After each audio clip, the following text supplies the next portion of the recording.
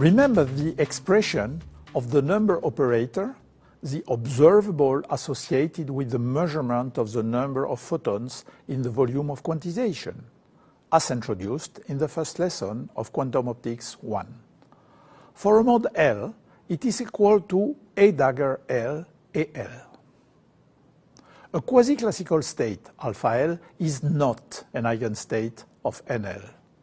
Let us write again the relations showing the behavior of the state alpha L under the action of A and A dagger. Do you see why the quasi-classical state alpha L is not an eigenstate of A dagger A?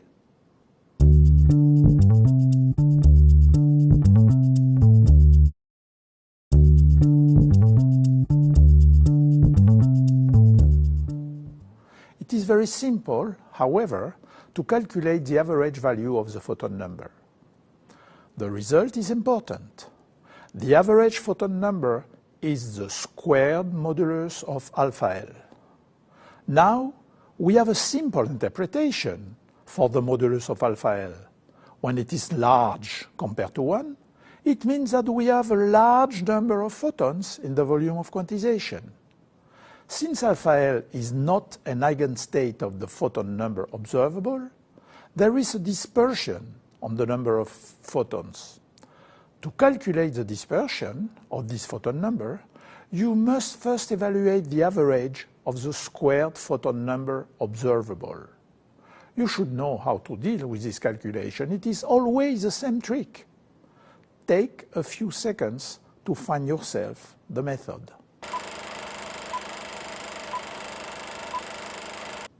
Did you find how to do it? As usual, you must use the commutator of A and A dagger to write the expression in the normal order. The rest of the calculation is straightforward, and we find that the dispersion on the number of photons is proportional to the root of the average number of photons. From the values of the average photon number and its dispersion, we can obtain the relative dispersion of the number of photons. It is equal to 1 over the modulus of alpha L. As for the electric field, if alpha L is large enough, the dispersion becomes negligible. And now we know that a large value of alpha L means a large number of photons. At this stage, we might conclude that the larger the number of photons, the more classical the quasi-classical state. But we may ask how this statement is or is not independent of the volume of quantization. You know now the expressions of the average of the number of photons and its dispersion. In the case of a real cavity, the meaning is clear. But when the volume L cube is a fictitious one, it is not as easy to define intrinsic physical quantities. We could think, for instance, of the average number of photons per unit volume, which is equal to the squared modulus of alpha divided by L to the cube. This is an intrinsic quantity for a wave with a given amplitude. But then, the dispersion in the volume L cube is proportional to L to the power 3/2, which is not intrinsic. We will come back to this problem later in this lesson.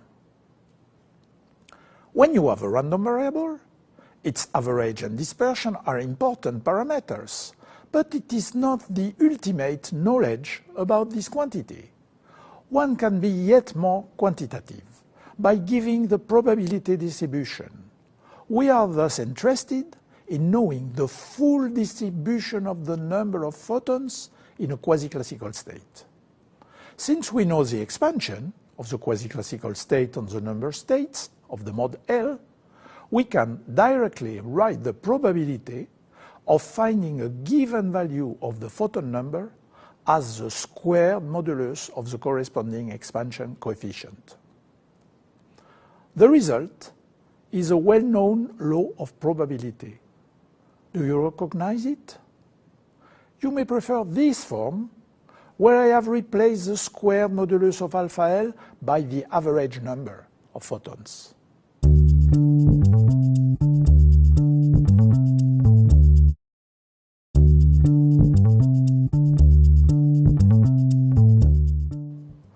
Yes, this is a Poisson distribution.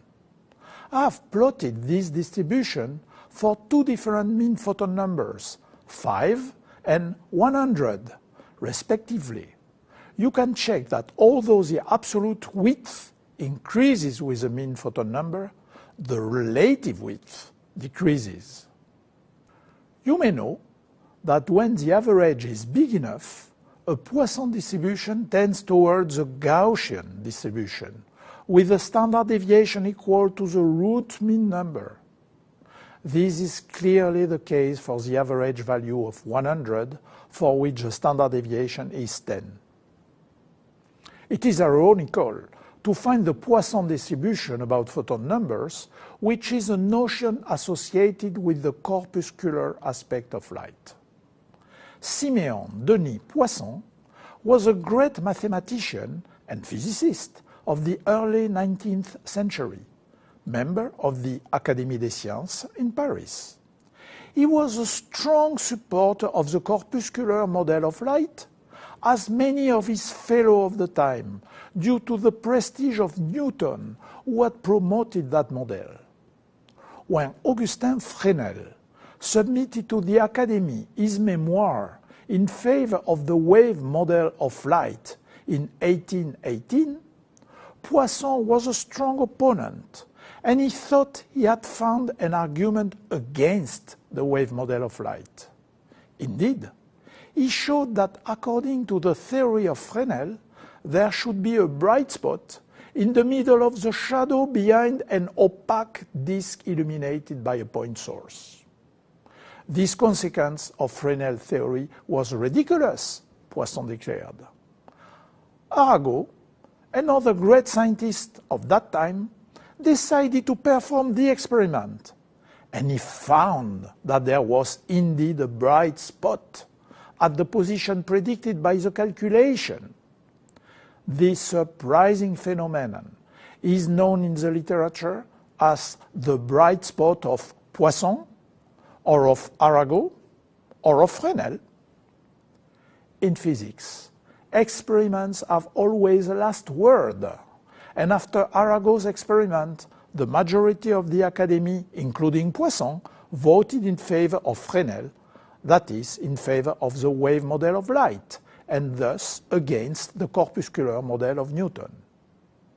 And one had to wait until 1905, with the celebrated article of Einstein, to have a revival of a corpuscular model of light, which turned out to be compatible with the wave-like properties in the framework of the quantum formalism, as we are learning in this course.